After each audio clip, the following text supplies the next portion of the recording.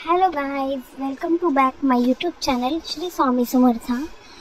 तर बघा ना गाईज, तुम्ही सगळेजण स्वामी समर्थांची भक्ती करता, तर मग या भक्तीमध्ये काय करावे आणि काय करू नये हे असे बरेचसे नियम असतात। तर मी आज तुम्हाला सांगणार आहे की भक्तीमध्ये काय करू नये।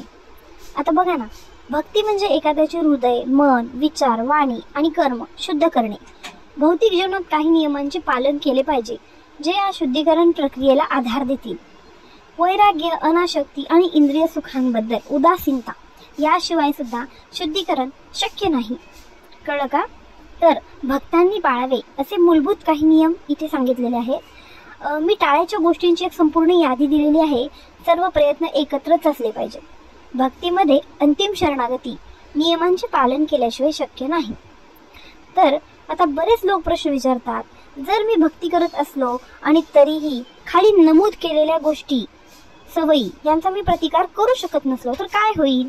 तर त्याचे उत्तर असे आहे की तुमच्या बाबतीत शुद्धीकरण प्रक्रियेला जास्त वेळ लागेल। भक्ती जशी जशी मजबूत होत जाते तशी तशी व्यक्ती हळूहळू वाईट सवयी सोडेल। तर येथे नमूद केल्याप्रमाणे सर्व गोष्टी टाळण्याचा तुम्ही प्रयत्न करा। तर त्यामध्ये एक काय आहे, तर व्याभिचार अजिबात नाही करायचा। तुमच्या कुटुंबाशी आणि विवाहित जोडीदाराशी प्रामाणिक राहा। मांसाहार अजिबात करू नका। कडक शाकाहारी राहा। पूर्णपणे औषध नाही। दारू किंवा बियर अजिबात नाही। गॉसिप अजिबात नको। दुसऱ्यांच्या क्षुल्लक गोष्टींमध्ये रस घेणे थांबवा। अंडी नाहीत। चित्रपट पाहणे थांबवा।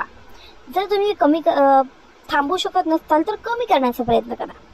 चित्रपटातील गाणे थांबवा। जर तुम्ही थांबू शकत नसाल तर ते सुद्धा कमी करण्याचा प्रयत्न करू शकता तुम्ही। लेदर वापरू नका। मला माहिती आहे की ते कठीण आहे, पण जिथे शक्य असेल तिथे लेदरला पर्याय वापरून पहा। लसूण, कांदा आणि मसालेदार पदार्थ टाळण्याचा प्रयत्न करा। हे विचित्र आणि अत्यंत कठीण वाटू शकते। चालत असताना नेहमी तुमचे डोळे खाली ठेवा, तुमच्या पायांच्या जवळ। तर असे का? तुम्ही आजूबाजूचे जग पाहता तेव्हा तुमचे मन त्या गोष्टींवर, आकर्षणांवर आणि विचलित करणाऱ्या गोष्टींवर लक्ष केंद्रित करेल, ज्या तुम्ही पाहाल आणि ज्यावर विचार कराल। याचा अर्थ असा की तुमचे मन संसारिक गोष्टींमध्ये आणि प्रभावांमध्ये गुंतलेले असेल। या सर्व गोष्टींपासून तुमचे डोळे दूर ठेवून तुम्ही भक्तीवर अधिक लक्ष केंद्रित करू शकाल।